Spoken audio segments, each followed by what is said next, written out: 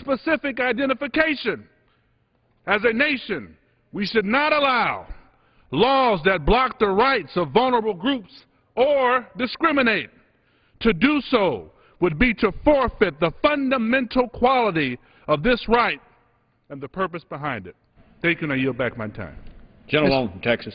Mr. Johnson of Georgia.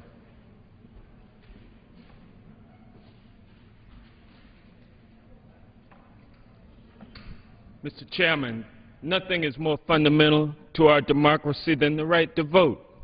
By stoking the fires of fear and anger, aided and abetted by the U.S. Supreme Court with its Citizens United decision opening the door for unlimited corporate spending on elections, the Republicans seized a death grip on this Congress.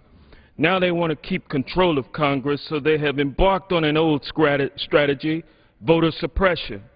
One of their tactics in making it more difficult for citizens to vote is imposing an unnecessary requirement that voters show a state-issued ID to vote. This is a blatant attempt to keep certain populations from voting, thus ensuring that Republicans maintain control of Congress. Voter suppression is not right, it's not fair, and it's simply un-American. And that's real, y'all. Let me thank Congresswoman Fudge, and let me make a commitment to the American people that you can be assured that these members of Congress, the Congressional Black Caucus, the Tri-Caucus, will stand in the gap to prevent elections from being stolen and your fundamental birthright of voting from being stolen. That is justice, and we will be fighting for justice. I yield back. Gentlewoman's time has expired. The chair recognizes the gentlewoman from Ohio, Ms. Smith, for 5 minutes. Thank you, Mr. Speaker. And, Mr. Speaker, today I rise to honor something really wonderful in my district, the 125th birthday of America's 6th oldest amusement park, Coney Island in Cincinnati, Ohio. Mr. Speaker, what began as a 20-acre apple orchard on the banks of the Ohio River in 1867 was quickly transformed into a private picnic retreat, complete with a bowling alley, a dance hall, and a mule-powered merry-go-round.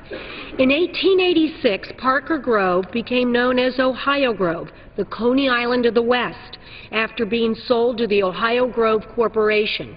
Modeling itself after Coney Island in New York City, they quickly dropped the name of Ohio Grove and just called it Coney Island, and began to add more rides and more attractions.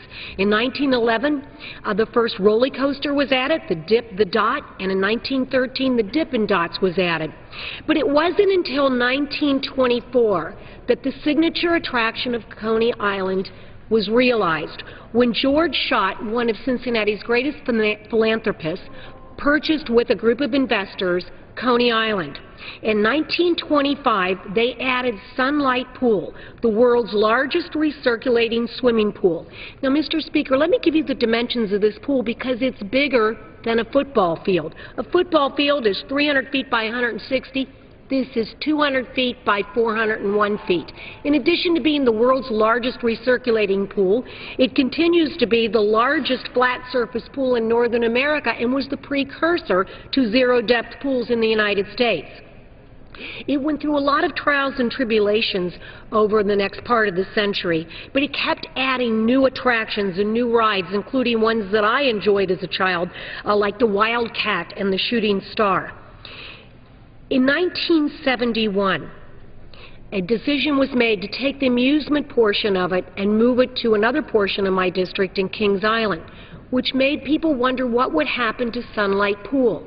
But again, the visionaries realized they had an attraction, they had a water park, and they continued to add dimensions to the Sunlight Pool to make it an attraction.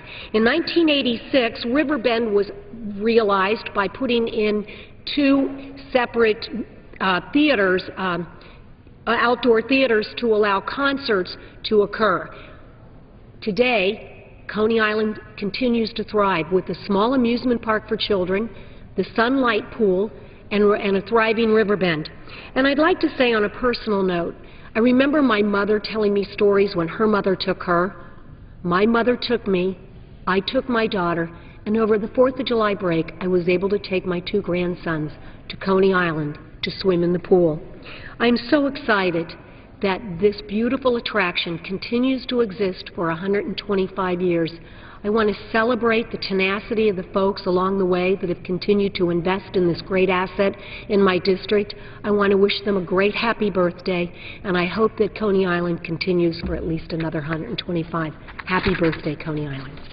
Gentlewoman yields back her I time. yield back. The chair recognizes the gentleman from Michigan, Mr. Clark, for 5 minutes. Mr. Speaker, I ask for unanimous consent to revise and extend my remarks. Without objection. Gentleman's recognized.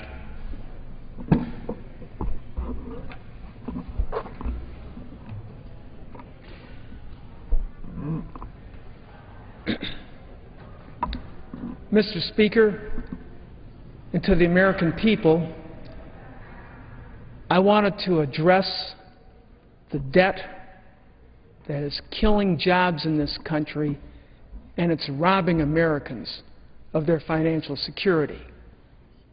And then I also will propose how we get out of that debt to really create jobs and restore financial security to all Americans. Now, the federal debt is important. We've got to do everything we can this week and the next week to avoid a government default.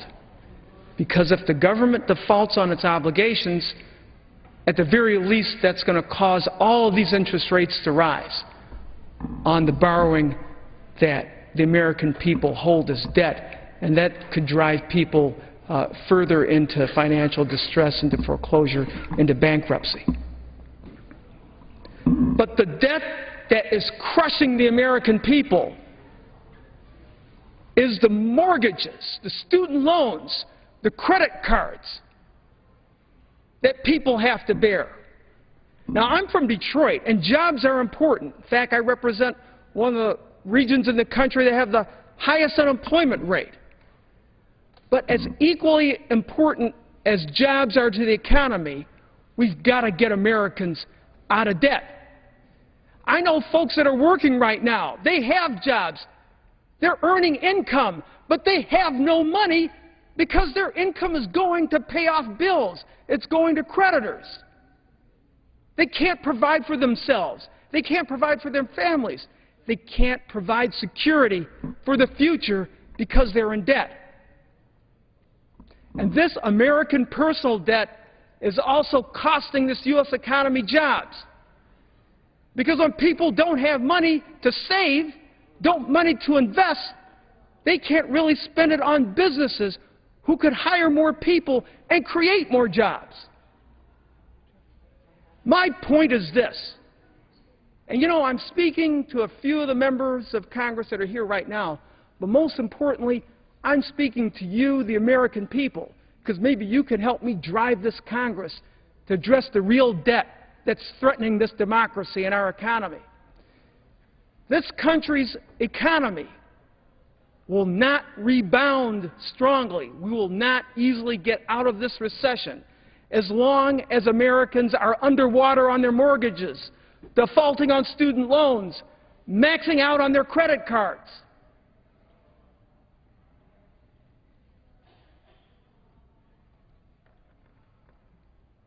If we want to create jobs that will truly be sustainable and help provide families with real financial security, this Congress must realize that when the American people are in debt, so is this country.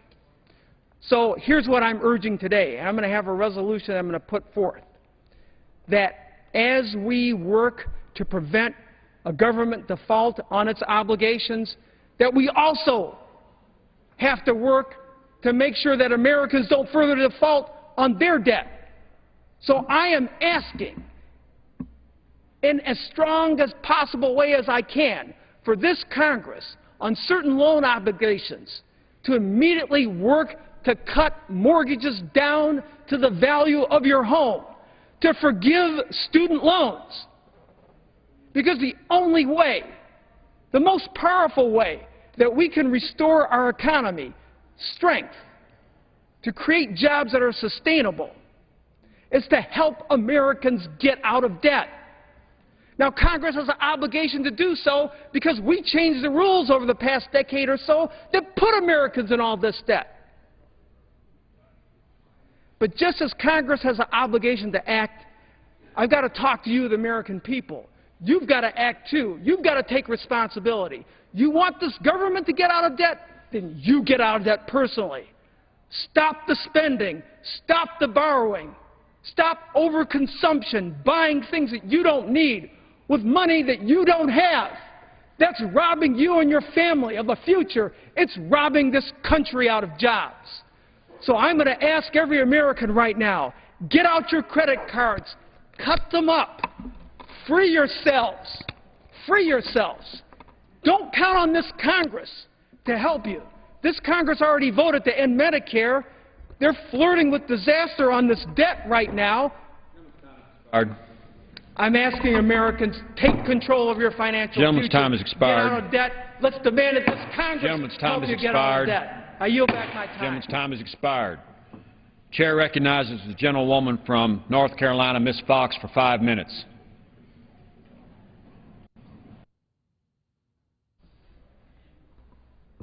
Thank you, Mr. Speaker. Mr. Speaker, today the House is going to debate a bill that holds the potential to move us away from a debt crisis and toward prosperity.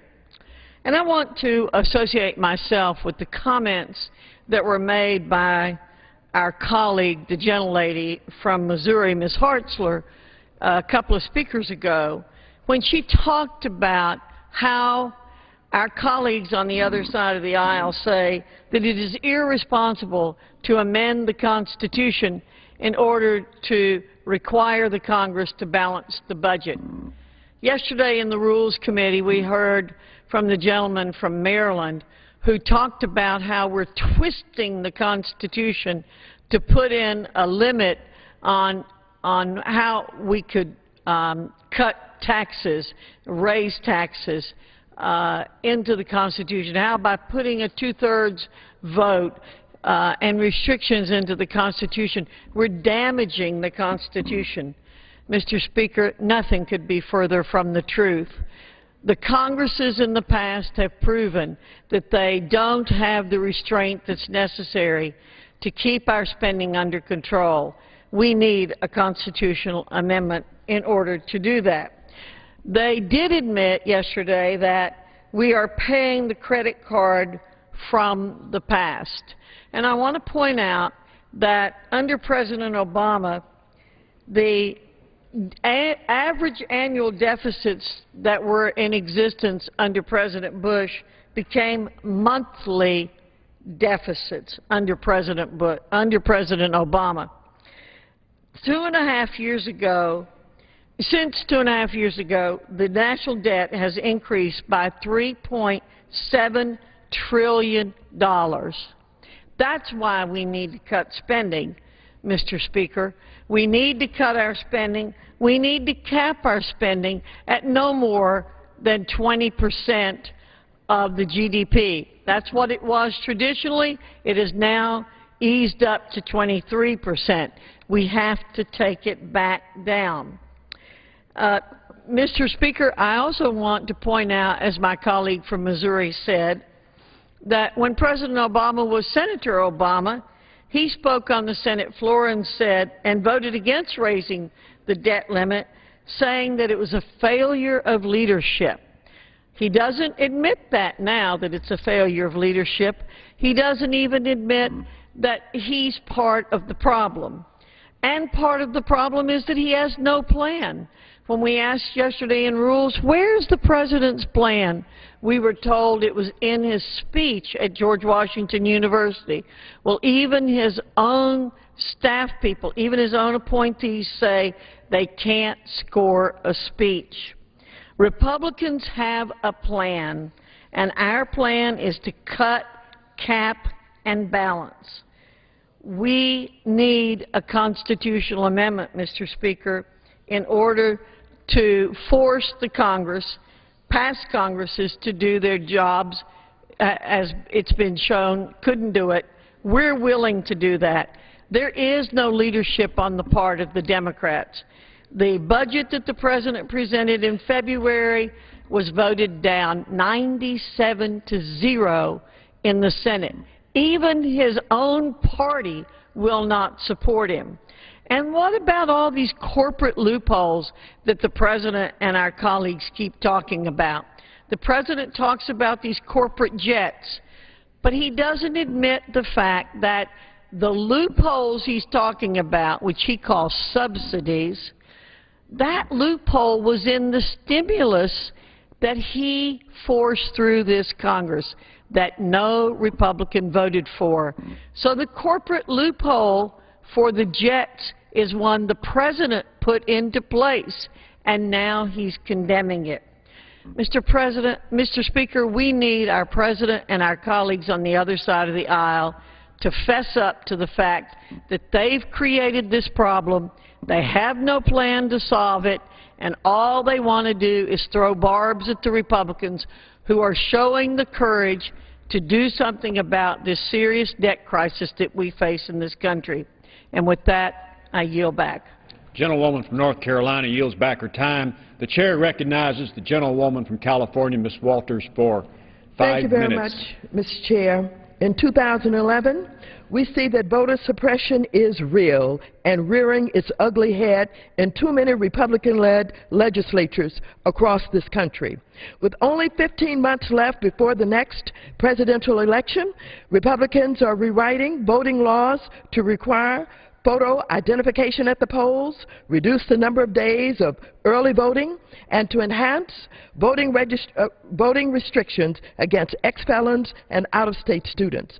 Since January, voter ID laws have passed in Florida, Wisconsin, South Carolina, Alabama, Texas, Kansas, and Tennessee.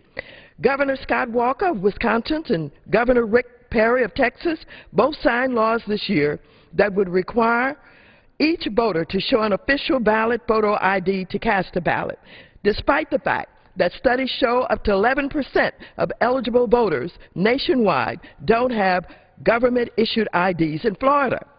Governor Rick Scott signed a bill to tighten restrictions on third-party voter organizations and shorten the number of early voting days. Governor Scott also helped to pass a ban on felon voting rights, forcing nonviolent offenders to wait 5 years after completing their sentences to apply to have their rights restored. In Florida, the Florida legislature also passed new laws that makes it tougher for get-out-the-vote groups to register new voters and reduces the number of early voting days from 14 to 8. Make no mistake, we've been down this road before with Jim Crow laws.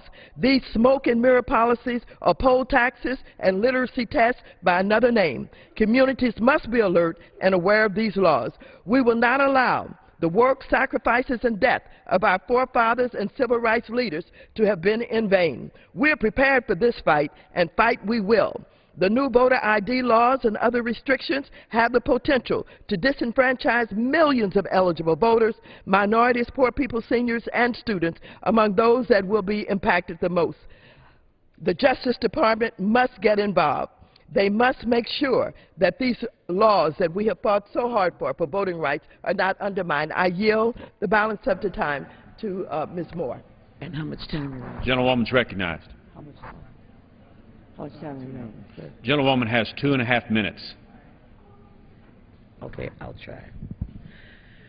Mr. Speaker, when I became a member of Congress, I swore an oath to support and defend the Constitution of the United States of America. And I rise today to affirm that commitment by speaking out against state efforts to undermine the basic right to vote, a right that has been affirmed by no less than 3 amendments to the Constitution, the Voting Rights Act, years and years, over 150 years of litigation, blood, sweat, tears, and lives. No right under the Constitution has been more defended by the American people. But yet, in Wisconsin just passed a very restrictive voter ID, photo ID card in order to vote. I can remember when then Representative Walker and I, the governor of Wisconsin, debated this issue. And he, like so many other people, said, well, what's the big deal? What's wrong with having a photo ID? You need a photo ID to go to Blockbusters and get a video. You need a photo ID to drive. You need a photo ID to get medicine. Well, getting a video from Blockbusters is not a right. The right to vote is a very, very important citizen badge of democracy in this country, and we need a very high bar before we make it more difficult to exercise our rights as U.S. citizens. And what's the bar that Wisconsin uses to justify its law? The Wisconsin Attorney General's office found in the two-year election fraud task force investigation that there were 20 instances of possible voter fraud out of 3 million votes cast. That's 0.007%. And a photo ID would not have prevented any of these discrepancies. People of color are singled out for disenfranchisement when that you consider in Wisconsin that 55% of African-American women, 49% of African-American men, 59% of Latinas, 46% of Latinos don't have this kind of ID. And when you consider the 18 to 24-year-old group, 78% of African-American males don't have this ID, and 66% of African-American women don't have the ID. Wonder who they're trying to disenfranchise. We implore the Department of Justice to intervene and prevent these extremely transparent efforts to burden likely Democratic voters at the poll. And I yield back. Gentlewoman's time has expired. Chair recognizes the gentleman from Pennsylvania, Mr. Fitzpatrick, for 5 minutes. Thank you, Mr. Speaker. I rise today in support of the Cut, Cap, and Balance Act, and I urge my colleagues on both sides of the aisle here to support the bill when it comes to the floor later today. This legislation not only provides a workable framework to avert an economically dangerous default on our obligations, but it also sets the stage for real structural changes to the way the federal government spends our tax dollars, something that the President has yet to propose. Lately, there have been stories and speculation about the major credit rating agencies, such as Moody's and Standard & Poor's, threatening to downgrade America's creditworthiness should we fail to raise the statutory debt ceiling. These ratings are more than letters on paper. They affect Americans in all walks of life and in very real ways. A downgrade of our nation's credit rating would make mortgages more expensive, make it more difficult to get a loan for a car, and could make student loans unaffordable. While default would likely ensure a downgrade, a debt ceiling increase is no longer alone sufficient to ensure our AAA credit rating. Moody's has warned that the outlook to our bond rating would remain negative should any plan going forward not include long-term deficit reduction.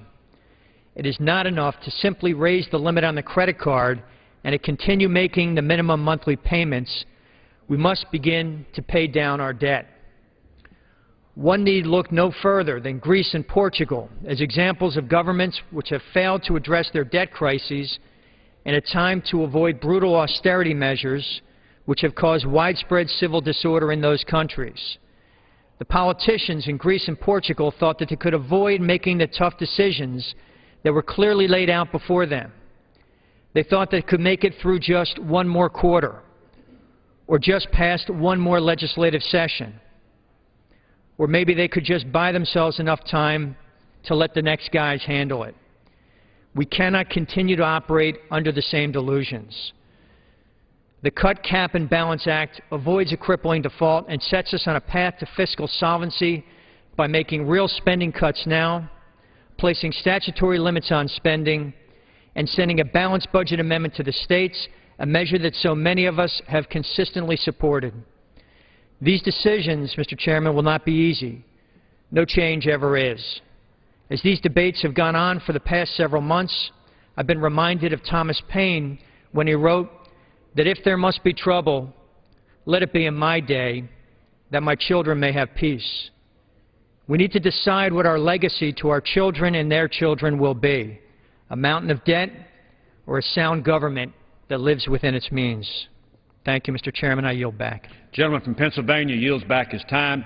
The chair recognizes the gentleman from Texas, Mr. Carter, for 5 minutes. Thank you, Mr. Speaker. 6 months ago, a small businessman was called into a financial lending institution and asked to come in and talk to the officer in charge. He went into that office, and the officer in charge told him, he said, you know, you have been a customer of this organization for quite a few years. And you have, we have constantly been giving you a line of credit every summer to continue your operation for the next year. This year our examiners have noted for us, and we've also, through our board of directors, we've examined your operation and your borrowing patterns that you do. And here's what we've discovered. We've discovered that where you had a going facility and you were doing well and you were employing people and things were going well, we've started to see a trend in your business to where you are increasing your debt more and more and more. Not only were you spending our line of credit that this bank lended you to continue your operations throughout the year, but outside of that line of credit, you are borrowing, you are accumulating many credit cards. And you are now at this point in time, it is our understanding, and the way we look at it, is not only are you using our line of credit that we give you, but you are also have maxed out every credit card you've got, and quite honestly, we are amazed at the number of credit cards you actually have. We didn't really know anybody could have that many credit cards. So we're just going to warn you, if you don't change the direction of the way you're operating your business, we very clearly believe that your business is going to go bankrupt.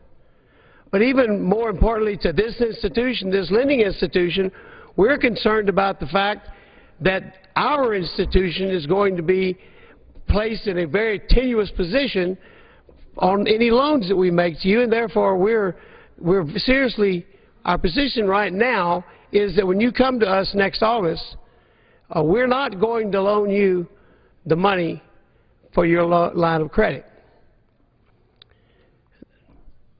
Yesterday, this same businessman walked into that same lending institution and said, my accountant and I have done the same analysis that you've done on the situation of our operation. And we've looked at it, and we actually agree that we have gone in the wrong direction now for many years. And we have spent more than we made for many years. And we, quite frankly, got away from doing the needs of our company to doing the wants of our company. And therefore, we are seriously in debt. And we want to I want to start off by saying, I recognize that. And when you gave us our wake-up call, we sat down and analyzed what we could do to show you that we are changing the direction of our business.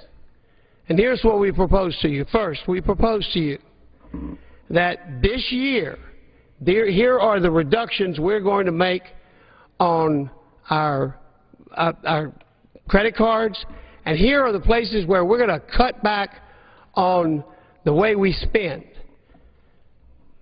That's for this year. Now, we've also analyzed every section and department of our business, and we have determined that we're way over what we really need to function as a prosperous business. And so we're going to offer to you that our business plan over the next 10 years is to put a ceiling on every department and every part of our business operation, so that we will never rise above that ceiling. And therefore, we will be continually reducing the level of our spending over the next 10 years. And then finally, we are making a pledge of everything not encumbered in our business to you, that we will balance our budget, we will prepare a budget, and balance that budget every year. And if any time that doesn't, then immediately you will call every note we have. Now, this is a parable, but it's also the reality in the United States of America today for everybody but the federal government.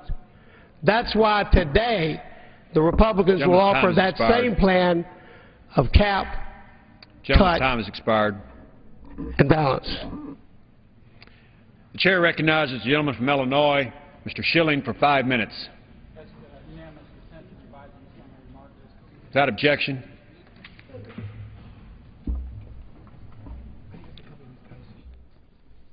Thank you, Mr. Speaker.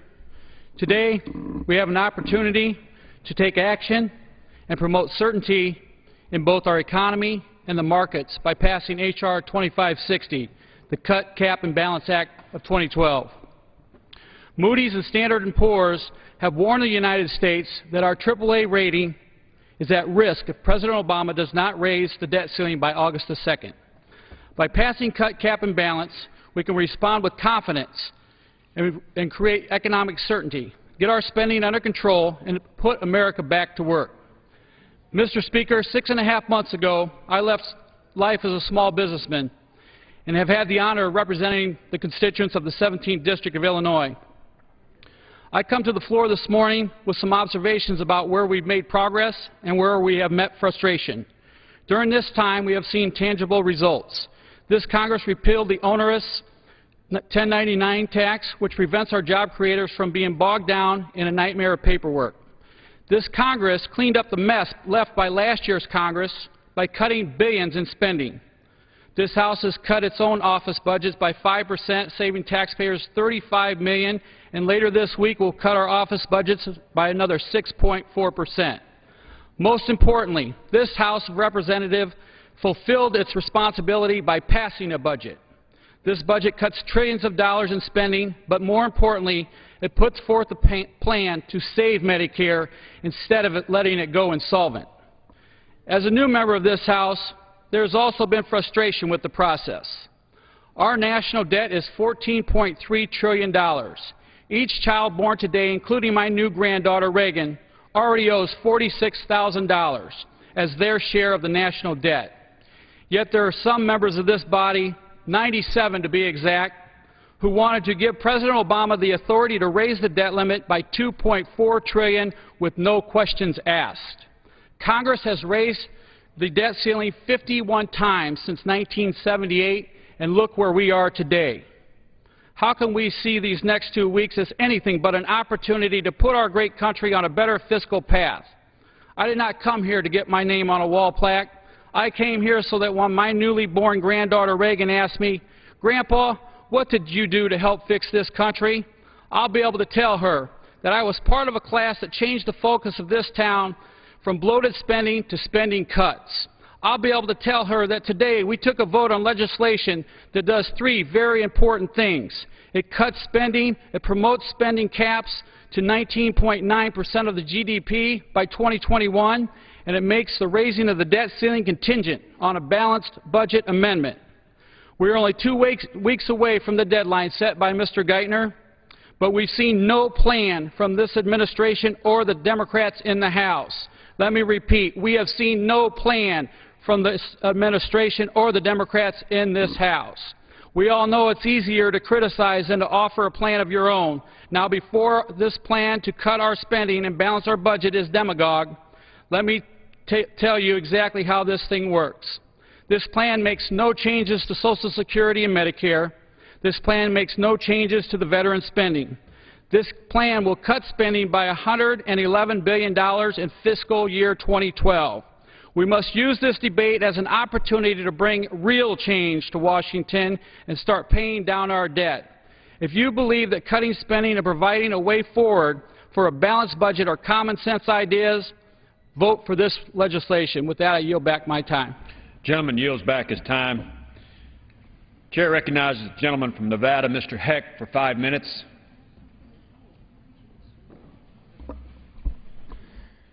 Mr. Speaker, I'm here to share a short letter I received from one of my constituents who used to own a small business. His name is Steve, and his letter eloquently addresses the issue we're discussing today. Steve wrote, and I quote, "I know it is a very contentious time in Washington. The 2008 election led me to sell my business because I saw an assault on the small business owner. My peers continue to ask me how I anticipated our current situation. First, it was the mandated health insurance, then more government regulation and regulators, and now it is the assault on my earnings that I worked hard for over the last 40 years. The President and his progressive friends will not be satisfied until they kill what reward for risk incentive is left. Equal wealth for everyone is not guaranteed in our Constitution. The reward for risk is what made this country what it is today. I ask that you hold the line, even if it means losing the next election." End quote. I came to Congress to get Nevada's economy back on track. And the only way to do that is by listening to our job creators, listening to their concerns, and then addressing those very concerns. When I talk with Nevada's small business owners, they feel the same way Steve does. They say the reason they're not creating jobs is because of too many harmful regulations, too many taxes, and too much government spending. We are in a fiscal crisis, and it is killing our job creators' very ability to create jobs. In all of my conversations with Nevada business owners, the one thing I've never heard them say is, "You know what would help me create more jobs? A tax increase." I urge Nevadans and my colleagues not to listen to the President's false choice, the idea that we can fix government's fiscal problems by merely closing loopholes and reining in subsidies. Now, let me be clear. I support closing loopholes and subsidies because we need to level the playing field. But that won't by itself solve the problem, because even if we close the loopholes and rein in the subsidies, the government will still have a spending problem, and it will only be a matter of time before another tax increase is proposed. Past all of the talking points and hyperbole, the President's real choice is about the tax burden families and businesses face in Nevada and across the country. Will that burden be lower or higher? I'm fighting to make sure it's lower. Our job creators, like Steve, realize this. Why doesn't Congress? 49 of 50 states balance their budgets. Why doesn't Congress? Nevada families live within their means. Why doesn't Congress? Just because there are checks in the checkbook doesn't mean there's money in the checking account. The cut, cap, and balance proposal is a thoughtful solution to solving the government's spending problem that protects the promise of Social Security and Medicare for seniors and veterans benefits to our brave men and women who have fought to protect our freedoms. It will cut $5.8 trillion over the next decade and give our job creators confidence that we are serious about getting this economy back on track. I urge my colleagues to support the cut, cap, and balance bill and show that we are serious about balancing Washington's checkbook. With that, Mr. Speaker, I yield back the balance of my time. The gentleman from Nevada yields back his time. The chair recognizes the gentleman from Colorado, Mr. Tipton, for 5 minutes.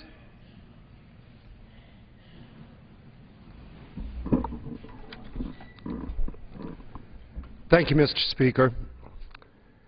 As Americans, we face a challenge. The question yet to be answered is, will we rise to be able to meet that challenge? We can often hear in the debate on this floor something that happens at every Super Bowl at halftime. It's called kick, pass, and punt. We can kick each other around. We can pass on this problem and addressing it today, and we can punt to the next generation. But I think far more is expected of us. The people who elected us, the people who sent us to this office, are seeking solutions and leadership to be able to deal with the true challenges that we all face at home. Last night, around dinner tables across our country, moms and dads were going over the family budget. looking at how much it costs to fill up that gas tank, how they're going to meet that family budget to be able to put food on the table, to be able to keep a roof over their head. They're spending within their means. 49 of our 50 states have one form or another of a balanced budget requirement, meaning that as states, they have to be able to live within their means. Surprisingly, only here in Washington, D.C., in our nation's capital, do we think that there is this inexhaustible resource called the American taxpayer's hip pocket to be able to draw from so that government can grow. The constant argument, my friends, is government needs it more than the people at home. I don't think so. Come and walk my district. Look in the eyes of the people right now that are struggling to be able to keep that roof over the top of their head. We have that economic challenge. We face a debt in this country of $14.4 trillion. Now, I don't know about you. I'm a small businessman. It's hard really to get your arms really around just what is $1 million, let alone $1 trillion. Well, if you're a basketball fan, you may have paid a little attention to this last season. Had LeBron James, arguably one of the best basketball players in the entire country, being paid $40 million a year to be able to play basketball. Well, if he wants to earn just $1 trillion, we have to wish him very good health. He'll have to play basketball for 25,000 years to earn just $1 trillion.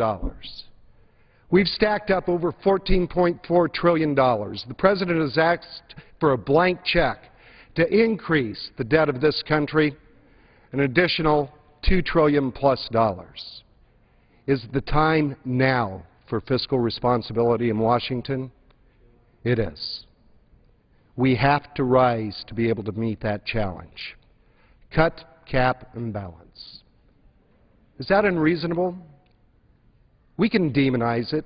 We can say that Washington is above the rules of every American and the rules they have to be able to live with.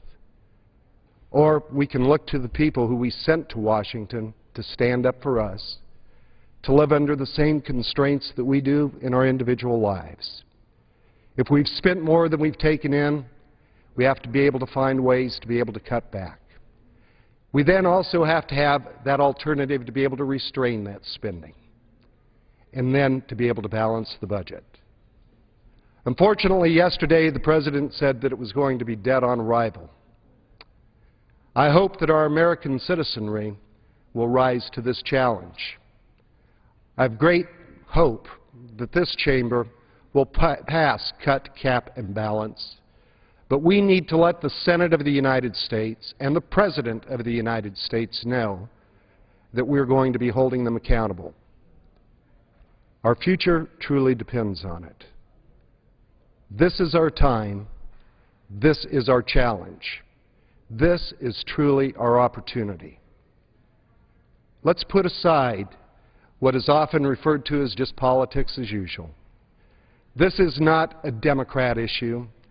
This is not a Republican issue. This is an American issue. I hope that our members will join with me in seeking real solutions to real problems, to deal with it so that the American people can look to a brighter future. I yield back the balance of my time. Pursuant to Clause 12A of Rule 1, the Chair declares the House in recess until noon today. When the House returns in about 15 minutes now for legislative work, the Republican debt reduction plan. It requires